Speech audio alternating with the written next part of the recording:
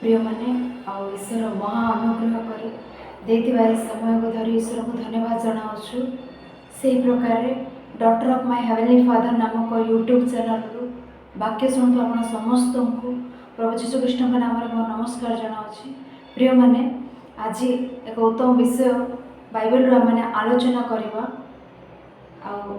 आज आम आलोचना करने विषय हूँ परमेश्वर को प्रश्न न करू।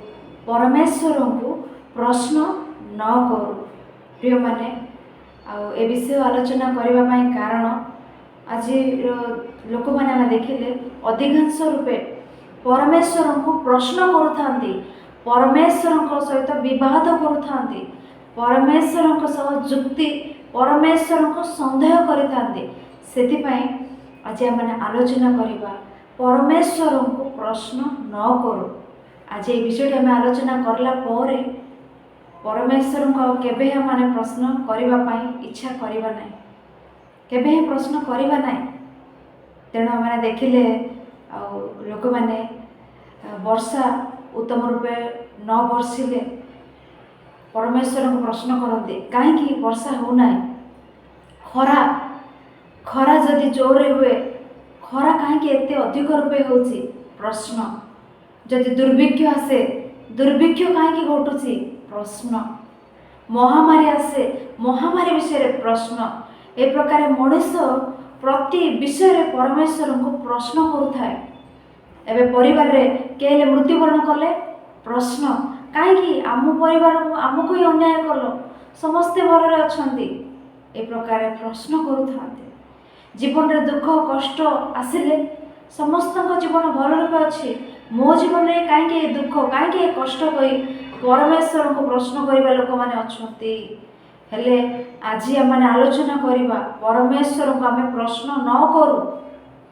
लोके कहीं परमेश्वर को प्रश्न करती कहले परमेश्वर को महानता न जानिबार ही, परमेश्वर को महानता न जानिबार ही परमेश्वर को प्रश्न करुछंती।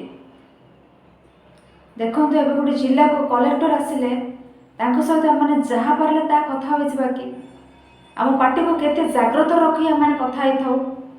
सेपरी परमेश्वर को महानता जानिले आम प्रश्न करिपरिबा कि तांको आदेश दे परिबा कि तांको सह संदेह करि परिबा कि तांको सह विवाद करि परिबा कि ना जुक्ति करि परिबा।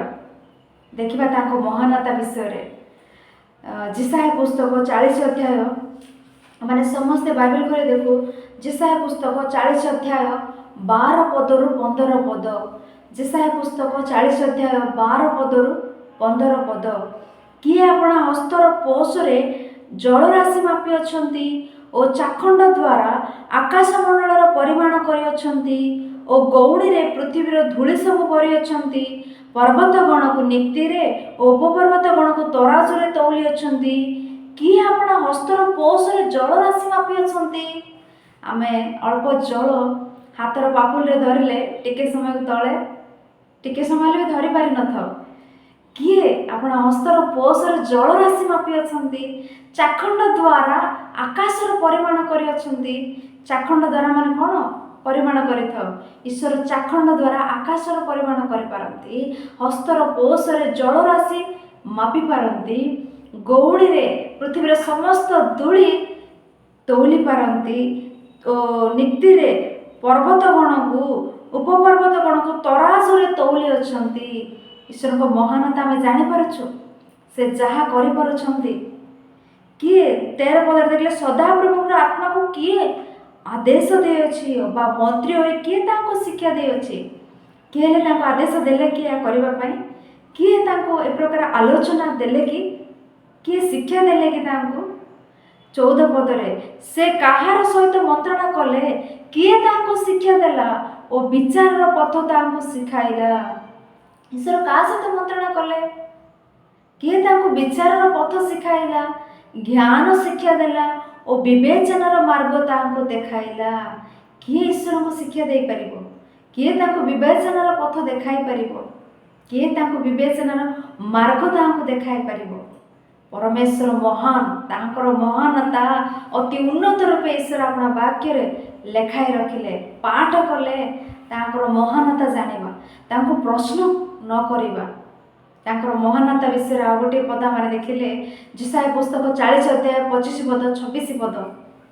ଏହେତୁ ସେଇ ଧର୍ମସ୍ୱରୂପ କହନ୍ତି, ଆମ୍ଭେ ଯାହାର ସମାନ ହୋଇପାରିବୁ ଏପରି କାହା ସଙ୍ଗରେ ତୁମମାନେ ଆମର ଉପମା ଦେବ?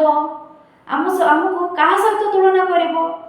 କାହା ସଙ୍ଗେ ଆମର ଉପମା ଦେବ? ଈଶ୍ୱରଙ୍କୁ ଗୋଟିଏ ପାର୍ଶ୍ୱରେ ରଖି ଆଉ ଏକ ପାର୍ଶ୍ୱରେ ଆମେ କାହାକୁ ରଖିପାରିବା? ଈଶ୍ୱରଙ୍କ ସହିତ ଆମେ କାହାକୁ ତୁଳନା କରିପାରିବା? ସେ କରୁଥିବା କାର୍ଯ୍ୟ, ସେ କରୁଥିବା ଆଶ୍ଚର୍ଯ୍ୟ ବିଷୟ, ସେ କରୁଥିବା କଷ୍ଟ କିଏ କରିପାରିବେ? କିଏ କରିପାରିବେ? କାହାକୁ ଆମେ ସଦାପ୍ରଭୁଙ୍କ ସହିତ ସମାନ କରିପାରିବା? ଦେଖନ୍ତୁ 26 ପଦରେ, ଉର୍ଦ୍ଧ୍ୱ ଦୃଷ୍ଟି କରି ଦେଖ ଏ ସମସ୍ତଙ୍କୁ କିଏ ସୃଷ୍ଟି କରିଅଛନ୍ତି? ଥରେ ଉପରକୁ ଦେଖ, ଏ ସମସ୍ତ କିଏ ସୃଷ୍ଟି କରିଛନ୍ତି? ଆକାଶ, ଚନ୍ଦ୍ର, ତାରାଗଣ, ସୂର୍ଯ୍ୟ, ଏସବୁ କିଏ ସୃଷ୍ଟି କରିଅଛି? କିଏ ସୃଷ୍ଟି କରିଅଛନ୍ତି?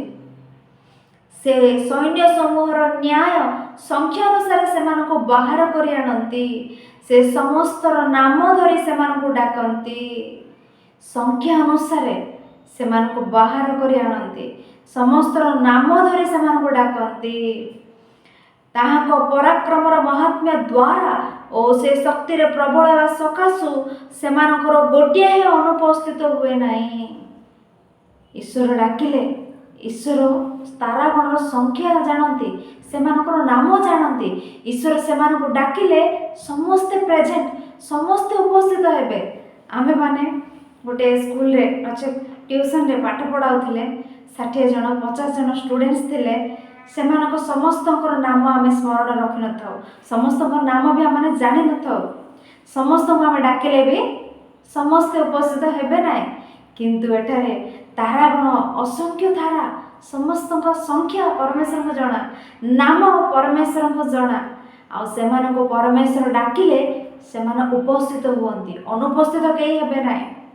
ପରମେଶ୍ୱରଙ୍କ ମହାନତା ବୁଝୁଅଛି। ସେ ପ୍ରକାର ଆମେ 28 ପଦ ଦେଖିଲେ, ତୁମେ କି ଜାଣିନାହ, ତୁମେ କି ଶୁଣିନାହ, ପୃଥିବୀର ପ୍ରାନ୍ତ ସକଳର ସୃଷ୍ଟିକର୍ତ୍ତା ଅନାଦି ଅନନ୍ତ ପରମେଶ୍ୱର ସଦାପ୍ରଭୁ କ୍ଳାନ୍ତ ହୁଅନ୍ତି ନାହିଁ କି ଶ୍ରାନ୍ତ ହୁଅନ୍ତି ନାହିଁ, ତାହାଙ୍କର ବୁଦ୍ଧି ବୋଧର ଅଗମ୍ୟ। ଆମମାନଙ୍କ ପିତା ଈଶ୍ୱର କ୍ଳାନ୍ତ ହୁଅନ୍ତି ନାହିଁ, ଶ୍ରାନ୍ତ ହୁଅନ୍ତି ନାହିଁ। ଆମେ ଗୋଟେ ଘଣ୍ଟାଟେ 2 ଘଣ୍ଟାଟେ କାର୍ଯ୍ୟ କଲେ ହାଲିଆ ହେଇଯାଇଥାଉ, କ୍ଳାନ୍ତ ହୋଇଯାଇଥାଉ। ପରମେଶ୍ୱର କ୍ଳାନ୍ତ ହୁଅନ୍ତି ନାହିଁ, ଶ୍ରାନ୍ତ ହୁଅନ୍ତି ନାହିଁ, ତାହାଙ୍କର ବୁଦ୍ଧି ବୋଧର ଅଗମ୍ୟ। ଆମମାନଙ୍କ ଚିନ୍ତାଧାରା ବି ଆମେ ଭାବନାରେ ଭାବିପାରିବା ନାହିଁ। ଈଶ୍ୱରଙ୍କର ବୁଦ୍ଧି ତାହା ବୋଧର ଅଗମ୍ୟ, ଆମେ ଜାଣିପାରିବା ନାହିଁ, ଆମେ ଜାଣୁନାହୁଁ ତାଙ୍କର ମହାନତା। ସେଇଥିପାଇଁ ତାଙ୍କୁ ପ୍ରଶ୍ନ କରିଦେଉଛୁ। ତେଣୁ ବାଇବେଲ ପାଠ କରୁ, ତାହାଙ୍କର ମହାନତା ଜାଣୁ ପ୍ରଥମେ, ସେତେବେଳେ ତାଙ୍କୁ ପ୍ରଶ୍ନ କରିବା ପାଇଁ ଆମେ ସାହସ କରିବା ନାହିଁ। ତାହାଙ୍କ ମହାନତା ପୁରାତନ ନିୟମରେ, ନୂତନ ନିୟମରେ ପରମେଶ୍ୱରଙ୍କ ମହାନତା ଲିଖିତ ଅଛି, ତାହା ପାଠ କରୁ। ଜଳରାଶିକୁ ସେ ଜଳରାଶିକୁ 2 ଭାଗ କଲେ, ଏପଟେ ସେପଟେ ଜଳରାଶି ରୂପେ ଛିଡ଼ା ହେଲେ। ସେ ଶୁଷ୍କ ଭୂମି ଉପରେ ଗତି କଲା ପରି ଲୋକମାନେ ଗତି କଲେ। ତାହାଙ୍କର ମହାନତା, କିଏ ଏଭଳି କାର୍ଯ୍ୟ କରିପାରିବ? ଆଜି ପର୍ଯ୍ୟନ୍ତ ଲୋକେ ମହାନତା ଜାଣୁନାହାନ୍ତି ପରମେଶ୍ୱରଙ୍କ, ସେଥିପାଇଁ ପ୍ରଶ୍ନ କରୁଛନ୍ତି। ତାଙ୍କୁ ପ୍ରଶ୍ନ କଲେ ଅତି ଭୟଙ୍କର। ଦେଖନ୍ତୁ, ତାହାଙ୍କର ଭକ୍ତମାନଙ୍କୁ ହିଁ ସେମାନଙ୍କ ବିରୋଧରେ ଉଠିଲେ ହିଁ କେଡ଼େ ଭୟଙ୍କର ଆମେ ବାଇବେଲରେ ଜାଣୁ। ଚରିତ୍ରରେ ଈଶ୍ୱର ସେ ଚରିତ୍ର ଆମ ପାଇଁ ଲେଖା ଅଛନ୍ତି। ମୋଶାଙ୍କ ବିରୋଧରେ କୋରହ, ଦାତାନ, ଅଭିରାମ ଉଠିଲେ, କ'ଣ ହେଲା ସେମାନଙ୍କ ପରିସ୍ଥିତି? ସେମାନଙ୍କ ଭକ୍ତଗଣଙ୍କ ବିରୋଧରେ ଉଠିଲେ ହିଁ ସେମାନେ ମାଟି ଭିତରକୁ ପଶିଗଲେ। କୋରହ, ଦାତାନ, ଅଭିରାମ। ସେ ପ୍ରକାର ଦାଉଦଙ୍କ ବିରୋଧରେ ସିମି ଉଠିଲେ, କ'ଣ ହେଲା ତାଙ୍କ ପରିସ୍ଥିତି? ନେହେମିୟାଙ୍କ ବିରୋଧରେ ଟୋବିଓ। ଏହି ପ୍ରକାର ଭକ୍ତଗଣଙ୍କ ବିରୋଧରେ ଉଠିଲେ ହିଁ ଈଶ୍ୱର ସେମାନଙ୍କୁ ଛାଡ଼ିଲେ ନାହିଁ। ଭକ୍ତଗଣଙ୍କ ବିରୋଧରେ ଉଠିଲେ ହିଁ ସେମାନଙ୍କ ପରିସ୍ଥିତି ଅତି ଭୟଙ୍କର। ଆମମାନେ ପଢ଼ି ଆସିଛୁ। ଆଉ ଈଶ୍ୱରଙ୍କ ବିରୋଧରେ ଉଠିପାରେ କି? ଈଶ୍ୱରଙ୍କୁ ଆମେ ପ୍ରଶ୍ନ କରିପାରିବା କି? ବାଇବେଲର ଭକ୍ତଗଣ ପରମେଶ୍ୱରଙ୍କୁ ପ୍ରଶ୍ନ କଲେ କି? ଭକ୍ତଗଣ ଯିଶାୟ, ଯେରେମିୟା, ଜିଜିକିଏଲ, ଆମୋସ ପରମେଶ୍ୱରଙ୍କ ମନକୁ ବୁଝିଲେ, ପରମେଶ୍ୱରଙ୍କୁ ପ୍ରଶ୍ନ କଲେ ନାହିଁ। परमेश्वर आज्ञामय हेले, परमेश्वर को प्रश्न कले ना, परमेश्वर को मन बुझी से ईश्वर को आज्ञा अनुसार भक्त माने बंचेला परी आमने बाइबल रे देखि थाओ। जिसाय तुमने तुम यह कर कले प्रश्न करूना परमेश्वर को जिकल तुम प्रति यह घटब प्रश्न करूना बुझुंट परमेश्वर मन को आज्ञामय होती ईश्वर आमे प्रश्न करवा कि परिवार खेल चलीगले प्रश्न करवा कि फसल न फल प्रश्न कि कहीं ईश्वर को मन जाना चेष्टा करो। भविष्य भक्त माने ईश्वर आज्ञा कले से अनुसार बंचिले। नूतन नियम जीशुर शिष्य माने जीशु ख्रीष्ट से आज्ञा देले। लूका लिखित सुसमाचार 10 अध्याय प्रथम पद, लूका लिखित सुसमाचार 10 अध्याय प्रथम पद। एथि उतारे प्रभु आ 70 जन को नियुक्त कले और निजे जो नगर और स्थान को जीवाई उद्यत थिले से स्थान को दुई दुई जन कर अपना आगे प्रेरण कले। मना कले कि गले शिष्य माने आज्ञामय हेले, ईश्वर को मन को बुझिले। और मौसा विषय आप देखिले मौसा सहित ईश्वर कथा होती। देखो यात्रा पुस्तक 32 अध्याय, यात्रा पुस्तक 32 अध्याय मैंने समस्ते बाइबल खोली देखिले। यात्रा पुस्तक 32 अध्याय केबे विषय शुणिला परमेश्वर को प्रश्न न करू। यात्रा पुस्तक 32 अध्याय 9 पद ठारू 12 पद पर्यंत आम पढ़ा। सदा प्रभु मौसा को आहरी कहले आमे ए लोक मान देखिलु, देख से माने अतिशय शक्तग्रीव लोक। ईश्वर मौसा को कहते आमे ए लोक मान देखिलु से माने अतिशय शक्तग्रीव लोक, अतिशय कठिन। एणु तुम्हें एबे आमको छाड़ी दियो, आमर क्रोध से प्रतिकूल प्रज्वलित हेउ, तहिरे आम्भे सेमानकु संहार करिबा, मात्र आम्भे तुमको महागोष्ठी करिबा। ईश्वर कहते इस्राएल मान विरुद्ध में आमर कोप से प्रतिकूल प्रज्वलित होछि, आमे सेमानकु संहार करिबा, तुमको महागोष्ठी करिबा। मौसा कौन कर प्रश्न कले कि कहीं भी से मारे कहते कि कौन कहते देखु। एणु 11 पद तहिरे मौसा आपणा सदा प्रभु परमेश्वर को निवेदन करे कहले। कौन कर प्रश्न करूना, निवेदन करुछंती ईश्वर को। निवेदन करो, प्रश्न न करो, निवेदन करे कहउछंती हे सदा प्रभु तुम्हें आपणार जो लोक मानकु आपणा महापराक्रम बाहु बल मिस्र देश बाहर कर आनिल सेमानक प्रतिकूल तुमर क्रोध कहीं प्रज्वलित हेब। प्रभु सेमानकु आपण बाहुबल सेमानकु आपण पराक्रम मिस्र देश बाहर कर आनिल। एबे एठारे सेमानकु आपण संहार कले, सेठारे थिबा मिस्र लोक माने कोन भाबिबे? ए अनिष्ट करबा निमंते, ए अमंगल घटाइबा निमंते ईश्वर सेमानकु सेठाकु नेले कोइ आपनको विरोध रे कल्पना करिवे नै, सेमानकु मारंतु नै बोली ईश्वर को मौसा निवेदन करुछंती।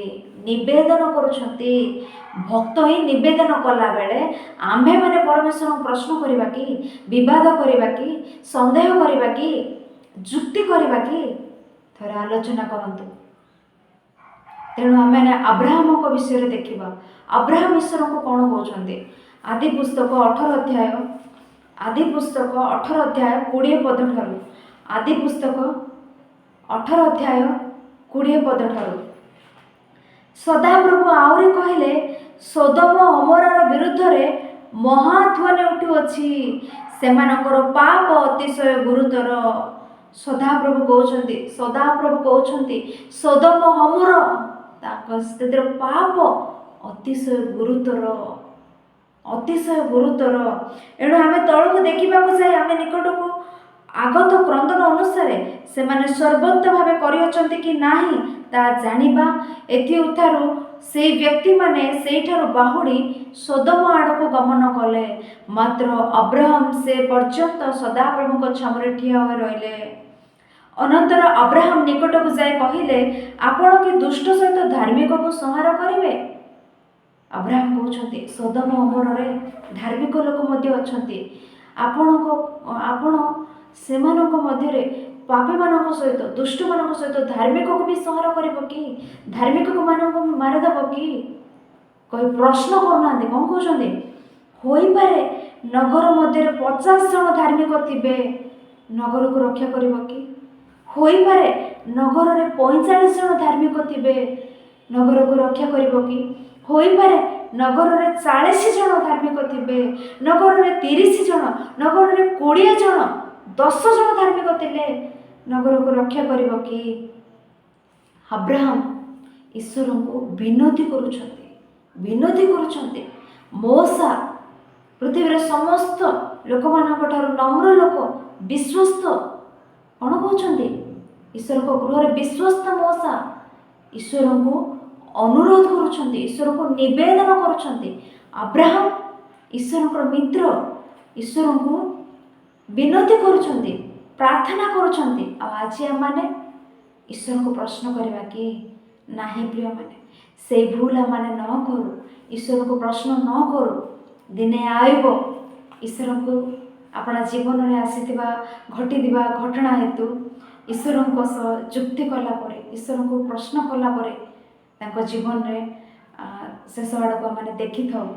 କିନ୍ତୁ ଶେଷରେ ଈଶ୍ୱରଙ୍କ ଆଶ୍ଚର୍ଯ୍ୟ କାର୍ଯ୍ୟ, ଈଶ୍ୱରଙ୍କ ମହାନତା, ଈଶ୍ୱରଙ୍କ କାର୍ଯ୍ୟ ସବୁ ଶୁଣି ଜାଣି ଈଶ୍ୱର ହିଁ କହିଲେ। ଆଇବ ପୁସ୍ତକ 38 ଅଧ୍ୟାୟ 39 ଅଧ୍ୟାୟ, ଆଇବ ପୁସ୍ତକ 38 ଅଧ୍ୟାୟ 39 ଅଧ୍ୟାୟରେ ଈଶ୍ୱରଙ୍କ ମହାନତା ବିଷୟରେ ସେଠାରେ କୁହାଯିବାର, ଈଶ୍ୱର କହିବାର, ତାହା ଶୁଣିବା ପରେ ଆଇବ କ'ଣ କହୁଛନ୍ତି ଜାଣିଛନ୍ତି? ଆଇବ ପୁସ୍ତକ ଥରେ ଆମେ ଦେଖୁ।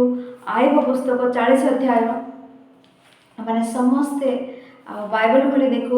ଆଇବ ପୁସ୍ତକ 40 ଅଧ୍ୟାୟ ପ୍ରଥମ ପଦ, ଦ୍ୱିତୀୟ ପଦ, ତୃତୀୟ ପଦ, ଚତୁର୍ଥ ପଦ। ଆହୁରି ସଦାପ୍ରଭୁ ଆଇବକୁ ଉତ୍ତର କରି କହିଲେ, ଦୋଷାନ୍ୱେଷୀ ଲୋକ କି ସର୍ବଶକ୍ତିମାନଙ୍କ ସହିତ ବିବାଦ କରିବ? ଯେ ପରମେଶ୍ୱରଙ୍କ ସଙ୍ଗେ ଯୁକ୍ତି କରେ ସେ ଏଥିରୁ ଉତ୍ତର ଦେଉ। ତ ଆଇବ ସଦାପ୍ରଭୁଙ୍କୁ ଉତ୍ତର ଦେଇ କହିଲେ, ଆଇବ ଏବେ ଈଶ୍ୱରଙ୍କୁ ଉତ୍ତର ଦେଇ କହୁଛନ୍ତି, ଦେଖ ମୁଁ ଅକିଞ୍ଚନ, ତୁମକୁ କି ଉତ୍ତର ଦେବି? ମୁଁ ନିଜ ମୁଖରେ ଆପଣ ହାତ ଦିଏ। କ'ଣ କରିବେ? ମୁଁ ଅକିଞ୍ଚନ, ମୁଁ ତୁମକୁ କି ଉତ୍ତର ଦେବି? ମୁଁ ଆପଣ ମୁଖରେ ହାତ ଦେବି। ମୁଁ ଏବେ ନୀରବ ହେବି, ମୁଁ ଆପଣ ମୁଖରେ ହାତ ଦେବି। ମୁଁ ଥରେ କଥା କହିଅଛି, ପୁଣି ଉତ୍ତର ଦେବି ନାହିଁ। ହଁ, 2 ଥର କହିଅଛି, ମାତ୍ର ଆଉ ଅଧିକ ବଢ଼ିବି ନାହିଁ। ମୁଁ ଥରେ କହିଅଛି, 2 ଥର କହିଅଛି, ଆଉ ଅଧିକ ବଢ଼ିବି ନାହିଁ କହୁଛନ୍ତି। ଆଇବ ହିଁ ଈଶ୍ୱରଙ୍କୁ କହୁଛନ୍ତି। ଈଶ୍ୱରଙ୍କ ମହାନତା ବିଷୟରେ ଜାଣିଲା ପରେ ଆଜି ଆମମାନେ ଈଶ୍ୱରଙ୍କ ମହାନତା ଜାଣୁ, ଈଶ୍ୱରଙ୍କୁ ପ୍ରଶ୍ନ ନ କରୁ, ଈଶ୍ୱରଙ୍କ ସନ୍ଦେହ ନ କରୁ, ତାକୁ ବୁଝିବା ପାଇଁ ଚେଷ୍ଟା କରୁ। ସେହିପରି ବାଇବେଲରେ ହାବକୁକ ନାମକ ଭବିଷ୍ୟତ ବକ୍ତା ଅଛନ୍ତି। ସେ ମଧ୍ୟ ସେ ଥିବା କାଳରେ ସେ ଦେଖୁଥିବା ପରିସ୍ଥିତି ଗୁଡ଼ିକ ହେତୁ ସେ ପରମେଶ୍ୱରଙ୍କୁ ପ୍ରଶ୍ନ କଲେ। ଦେଖିବା କି ଥରେ ହାବକୁକ ପୁସ୍ତକ ଏ ସମସ୍ତ ବିଷୟ କେଉଁଥିପାଇଁ କହିଲେ? ଆମମାନେ ପରମେଶ୍ୱରଙ୍କୁ କେବେ ପ୍ରଶ୍ନ ନ କରୁ କହି, ଆମମାନେ ପରମେଶ୍ୱରଙ୍କୁ କେବେ ସନ୍ଦେହ ନ କରୁ, ବିବାଦ ନ କରୁ, ତାଙ୍କୁ ବୁଝିବା ପାଇଁ ଚେଷ୍ଟା କରୁ। ଏଇଥି ନିମନ୍ତେ ହାବକୁକ ପୁସ୍ତକ ପ୍ରଥମ ଅଧ୍ୟାୟ 2 ପଦରୁ ହାବକୁକ ପ୍ରଶ୍ନ କରୁଛନ୍ତି। ଦେଖନ୍ତୁ ଈଶ୍ୱରଙ୍କୁ, ହେ ସଦାପ୍ରଭୁ, ମୁଁ କେତେ କାଳ ଆର୍ତ୍ତନାଦ କରିବି ଆଉ ତୁମେ ଶୁଣିବ ନାହିଁ? ମୁଁ କେତେ କାଳ ଆର୍ତ୍ତନାଦ କରିବି, ତୁମେ ଶୁଣୁନାହ? ମୁଁ ଦୌରାତ୍ମ୍ୟ ବିଷୟରେ ତୁମ ନିକଟରେ ଆର୍ତ୍ତନାଦ କରୁଅଛି ଓ ତୁମେ ଉଦ୍ଧାର କରିବ ନାହିଁ? ଈଶ୍ୱରଙ୍କୁ ପ୍ରଶ୍ନ କରୁଛନ୍ତି ହାବକୁକ, ତୁମେ କାହିଁକି ମୋତେ ଅଧର୍ମ ଦେଖାଅଛ ଓ କୁଟିଳତା ପ୍ରତି ଦୃଷ୍ଟିପାତ କରୁଅଛ? କାରଣ ମୋ ସମ୍ମୁଖରେ ଧନ ପ୍ରହାର ଓ ଦୌରାତ୍ମ୍ୟ ଥାଏ, ପୁଣି ବିବାଦ ହୁଏ ଓ ବିରୋଧ ବଢ଼ି ଉଠେ। ହାବକୁକ ପ୍ରଶ୍ନ କରୁଛନ୍ତି। ଏଇଠି ଏଇ ଏକ ଦେଶରେ, ଏକ ରାଜ୍ୟରେ ଲୋକମାନେ ଦୌରାତ୍ମ୍ୟ ମୁଁ ଦେଖୁଅଛି, ଲୋକମାନଙ୍କ ମଧ୍ୟରେ ପରସ୍ପର ଲୁଟୁଛନ୍ତି, ଲୋକମାନେ ଦୌରାତ୍ମ୍ୟ ଦେଖୁଅଛି, ଅନ୍ୟାୟ ଦେଖୁଅଛି, ଏ ସମସ୍ତ ବିଷୟ ଦେଖୁଅଛି। ମୁଁ ଆପଣଙ୍କ ନିକଟରେ ଆର୍ତ୍ତନାଦ କରୁଅଛି, ଆଉ ମୁଁ କେତେ କାଳ ଏସବୁ ଦେଖୁଥିବି? କେତେ କାଳ ମୁଁ ଆର୍ତ୍ତନାଦ କରିବି, ଆପଣ ଶୁଣିବେ ନାହିଁ? ପ୍ରଶ୍ନ କରୁଛନ୍ତି ଈଶ୍ୱରଙ୍କୁ। ସେତେବେଳେ ଈଶ୍ୱର କ'ଣ ଉତ୍ତର ଦେବେ? ଈଶ୍ୱର କ'ଣ ଉତ୍ତର ଦେବେ କହିଲେ? ଆମେ ଏ ଲୋକମାନଙ୍କୁ ଶତ୍ରୁ ପଠାଇବା, ଏ ଲୋକମାନଙ୍କୁ ବାବିଲୋନ ହସ୍ତରେ ସମର୍ପଣ କରିବା, ବାବିଲୋନିଆମାନଙ୍କ ହସ୍ତରେ ସମର୍ପଣ କରିବା କହିବେ। ସେତେବେଳେ ପୁନର୍ବାର ହବକୁକ ପ୍ରଶ୍ନ କରିବେ। କ'ଣ କହିଲେ? ହବକୁକ ପୁସ୍ତକ ପ୍ରଥମ ଅଧ୍ୟାୟ 12 ପଦ ଆପଣମାନେ ପଢ଼ନ୍ତୁ। ପିତା ଆଉ ଏମାନଙ୍କ ଉପରକୁ ବାବିଲୋନୀୟମାନଙ୍କୁ ପଠାଇବ କି? ବାବିଲୋନୀୟମାନଙ୍କ ହସ୍ତରେ ଜିହୁଦୀମାନଙ୍କୁ ସମର୍ପଣ କରିବ କି? ଜିହୁଦୀମାନଙ୍କ ଅପେକ୍ଷା ବାବିଲୋନୀୟମାନେ ଦୁଷ୍ଟ, ଜିହୁଦୀମାନେ ଧାର୍ମିକ, ଧାର୍ମିକମାନଙ୍କୁ ଦୁଷ୍ଟମାନଙ୍କ ହସ୍ତରେ ସମର୍ପଣ କରିବ କି? ଏ ପ୍ରକାର କହିବେ। ସେତେବେଳେ ଈଶ୍ୱର କହିବେ, ମୁଁ ଧାର୍ମିକମାନଙ୍କୁ କେବେ ହେଲେ ଛାଡ଼ିବି ନାହିଁ, ଧାର୍ମିକମାନଙ୍କୁ ଶତ୍ରୁମାନଙ୍କ ହସ୍ତରେ ସମର୍ପଣ କରିବି ନାହିଁ। ଯଦି ଏଠାରେ ଥିବା ଲୋକ ଧାର୍ମିକ, ତାହେଲେ ଧାର୍ମିକ ବିଶ୍ୱାସ ଦ୍ୱାରା ବଞ୍ଚିବ, ଧାର୍ମିକ ବିଶ୍ୱାସ ଦ୍ୱାରା ବଞ୍ଚିବ। କିନ୍ତୁ ଯେଉଁମାନେ ଧାର୍ମିକ ରୂପେ ନାହାନ୍ତି, ସେମାନଙ୍କ ହସ୍ତରେ ସମର୍ପିତ ହେବେ। ଧାର୍ମିକ ଯଦି ଧାର୍ମିକ ରୂପେ ଅଛି, ତାହେଲେ ସେ ବିଶ୍ୱାସ ଦ୍ୱାରା ବଞ୍ଚିବ। ଏ ପ୍ରକାର ଉତ୍ତର ଦେବାରୁ ହବକୁକ କ'ଣ କହିବେ ଜାଣିଛ? ଏଇ 2 ପ୍ରଶ୍ନ ହିଁ ସେ ପଚାରିବେ। ତାପରେ ଆଉ ଈଶ୍ୱରଙ୍କଠାରୁ ଉତ୍ତର ଶୁଣିଲା ପରେ ସେ ଆଉ ପ୍ରଶ୍ନ ପଚାରିବେ ନାହିଁ ଆପଣ ଜୀବନରେ। ଈଶ୍ୱରଙ୍କୁ କ'ଣ କରିବେ? 3 ଅଧ୍ୟାୟ ପ୍ରଥମ ପଦ, 2 ପଦ। ହେ ସଦାପ୍ରଭୁ, ମୁଁ ତୁମ ବିଷୟ ଏକ ବାର୍ତ୍ତା ଶୁଣି ଭୀତ ଅଛି। ହେ ସଦାପ୍ରଭୁ, ବର୍ଷମାନ ମଧ୍ୟରେ ଆପଣ କର୍ମ ସଜୀବ କର, ବର୍ଷମାନ ମଧ୍ୟରେ ତାହା ଜ୍ଞାତ କରାଅ, କୋପ ସମୟରେ ଦୟା ସ୍ମରଣ କର। ଈଶ୍ୱରଙ୍କୁ 2 ପ୍ରଶ୍ନ ପଚାରିଲେ ହବକୁକ ପୁସ୍ତକରେ। ଈଶ୍ୱରଙ୍କଠାରୁ ଉତ୍ତର ଶୁଣିଲା ପରେ ଆଉ 3ୟ ପ୍ରଶ୍ନ ସେ ପଚାରୁନାହାନ୍ତି। ଈଶ୍ୱରଙ୍କ ଉତ୍ତର ଶୁଣି ଭୀତ ହେଲେ, ଈଶ୍ୱରଙ୍କ ଉତ୍ତର ଶୁଣି ଈଶ୍ୱରଙ୍କୁ ବୁଝିଲେ। ଆଉ ସେ ଈଶ୍ୱରଙ୍କୁ କହୁଛନ୍ତି, ବର୍ଷମାନ ମଧ୍ୟରେ ଆପଣ କର୍ମ ସଜୀବ କର, ବର୍ଷମାନ ମଧ୍ୟରେ ତା ଜ୍ଞାତ କରାଅ, କୋପ ସମୟରେ ତା ସ୍ମରଣ କର। ପ୍ରାର୍ଥନା କଲେ, ଆଉ ପ୍ରଶ୍ନ ପଚାରିଲେ ନାହିଁ, ପ୍ରାର୍ଥନା କଲେ। ଏପରି ପ୍ରାର୍ଥନା କରି ପ୍ରାର୍ଥନା କରି 17 ପଦ ପଢ଼ିଲେ, ହବକୁକ ପୁସ୍ତକ 3 ଅଧ୍ୟାୟ 17 ପଦ 18 ପଦ ପଢ଼ିଲେ, କାରଣ ଯଦ୍ୟପି ଡିମୁର ବୃକ୍ଷ ପୁଷ୍ପିତ ନ ହେବ, କିମ୍ବା ଦ୍ରାକ୍ଷାଲତାର ଫଳ ନ ଧରିବ, ଜିତ ବୃକ୍ଷ ଫଳ ନ ଫଳିବ, କ୍ଷେତ୍ର ଖାଦ୍ୟଦ୍ରବ୍ୟ ଉତ୍ପନ୍ନ ନ କରିବ, କୁଆଡ଼ରୁ ମେଷପଲ ଉଚ୍ଛିନ୍ନ ହେବ, ଆଉ ଗୋଠରେ ଗୋରୁପଲ ନଥିବ। କ'ଣ କହୁଛନ୍ତି?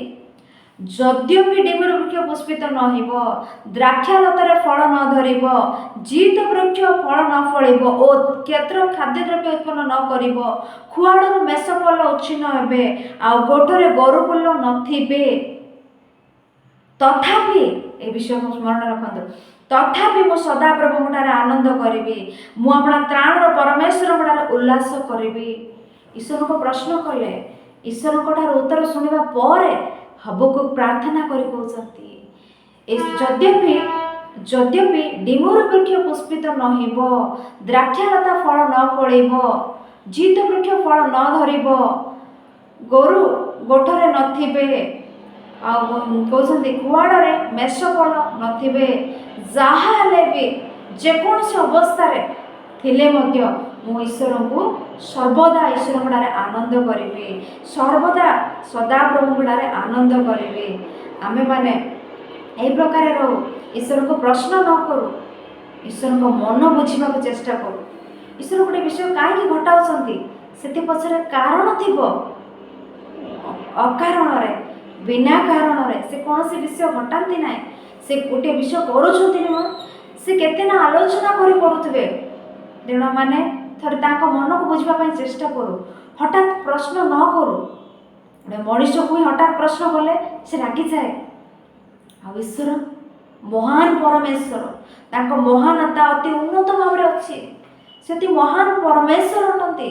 ତାହାକୁ ଆମେ ନାନା ପ୍ରକାର ପ୍ରଶ୍ନ କରିଦେବା କି, ସନ୍ଦେହ କରିବା କି, ବାଦ କରିବା କି, ବିବାଦ କରିବା କି, ବାଦାନବାଦ କରିବା କି, ଯୁକ୍ତି କରିବା କି?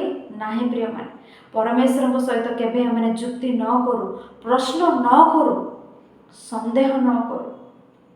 ପୁରା କାଳରେ ମଲାଖୀ ପୁସ୍ତକରେ ଲୋକମାନେ ପରମେଶ୍ୱରଙ୍କୁ ସନ୍ଦେହ କଲେ, ପ୍ରଶ୍ନ କଲେ। କ'ଣ ଜାଣିଛ? ପରମେଶ୍ୱର, ତୁମେ ଆମମାନଙ୍କୁ କାହିଁରେ ପ୍ରେମ କରୁଅଛ? କେଉଁଥିରେ ଆମମାନଙ୍କୁ ପ୍ରେମ କରୁଛ? କାହିଁରେ ଆମମାନଙ୍କୁ ପ୍ରେମ କରୁଅଛ? ପରମେଶ୍ୱରଙ୍କ ପ୍ରେମକୁ ହିଁ ସନ୍ଦେହ କଲେ, ପରମେଶ୍ୱରଙ୍କ ପ୍ରେମକୁ ହିଁ ପ୍ରଶ୍ନ କଲେ। ସେଦିନ ସେମାନେ ଈଶ୍ୱର ପ୍ରେମ କରୁନାହାନ୍ତି କି? ଈଶ୍ୱର ପ୍ରେମ କରିବାରୁ ଆଜି ପର୍ଯ୍ୟନ୍ତ ଆମେ ଜୀବିତ ଅଛୁ। ଈଶ୍ୱର ପ୍ରେମ କରିବାରୁ ଏଇ ନିମିଷରେ ଏଇ ପ୍ରକାର ବସି ଈଶ୍ୱରଙ୍କ ବାକ୍ୟ ଆଲୋଚନା କରୁଛେ।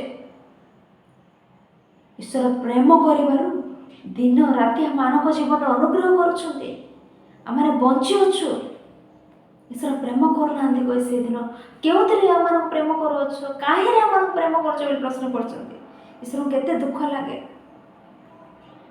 आमर माँ से ईश्वर वाक्य लिखाइले तुमर माँ तुम पाशुरी पारे छोट शिशु को माँ पाशुरी पारे किंतु मु तुम पाशुरी भी नहीं वृद्धावस्था पर्यंत आम कोल बहन करवा घुमाती ना निद्रा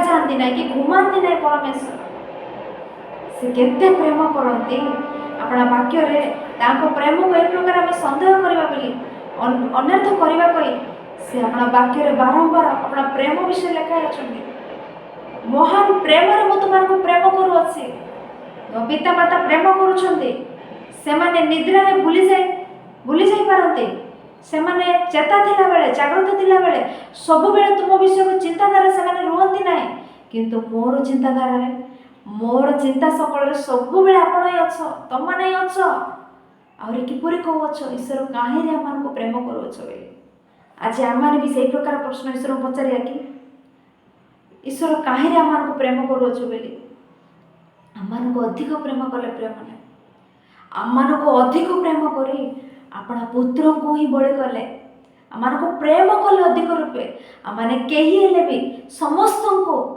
केवल क्रिश्चियन मान को नुहे समस्त को प्रेम कले समस्त निमंते जीशु कृष्ण को जगत को पठाइले बड़े कले सेही प्रेम को हमें संदेह करबा कि सेही प्रेम को हमें प्रश्न करबा कि केबे है ईश्वर को प्रेम ईश्वर को प्रश्न न करू ईश्वर को बुझीबा चेष्टा करो प्रिय माने तेणु आज समस्त वाक्य द्वारा आमने कौन बुझिलु जानिलु कहले परमेश्वर को आम प्रश्न न करू परमेश्वर को आम सन्देह न करू परमेश्वर को सह आम विवाद न करू परमेश्वर को भक्तगण को विरुद्ध में उठिले ही अति भयंकर परमेश्वर को प्रश्न करने अति भयंकर अटे परमेश्वर को बुझीबा चेष्टा करू बाइबल भविष्य भक्तगण परमेश्वर को बुझिले परमेश्वर को आज्ञामय हेले आउ जो माने प्रश्न पचारे से ईश्वर को उत्तर शुणी ईश्वर को महानता जाने से बुझिले हबुक प्रश्न कले ईश्वर को उत्तर शुणी भीत हेले प्रार्थना कले एथर जहा हो यद्यपि जीत वृक्षर फल न धरिब यद्यपि द्राक्षालतार फल न धरिब मु सदा प्रभुंकटारे सर्वदा आनंद करी सबु अवस्था आनंद करी कहते ताहाको बुझु प्रिय माने ताहाको बुझी आम जीवन आम बंचिले आम जीवन अति उत्तम रूपे थी नाही प्रश्न करवा नाही सन्देह करवा ए प्रकार मन आमको न आसु तेणु ए प्रकार उत्तम भाव में वाक्य अनुसार आम जीवन काटिबा ईश्वर इच्छुक भाव में जीवन काटिबा ईश्वर आज्ञा और संतान संतति रूपे ए जीवन में बंची ईश्वर को कार्य आम सदा सर्वदा ए प्रकार रहिबा कही ए समस्त वाक्य द्वारा निज निज को शिक्षा दे आपण मानक चेतना दे आपण मानक शिक्षा दे ए मो कथा शेष करुछि समस्त ए पर्यंत धैर्य सहकारे शुणी समस्त प्रभु जीशु कृष्ण नाम मोर पुनर्बार नमस्कार जनावि पुनर्बार आ एक विषय माने ए प्रकार आ एक विषय आलोचना करने पर्यंत ईश्वर आम प्रत्येक को सुरक्षित भाव रखतु ईश्वर आम प्रत्येक को आत्मिक रूपे ए प्रकार वाक्य द्वारा आशीर्वाद अनुग्रह करंतु समस्त को सहवर्ती हो रुहतु ए समस्त विषय द्वारा आम मैंने सर्वदा ए प्रकार वाक्य द्वारा उत्साहित हो प्रभु निमंत अधिक रूपे गौरव करूँ बंचु ईश्वर को गौरव हो धन्यवाद।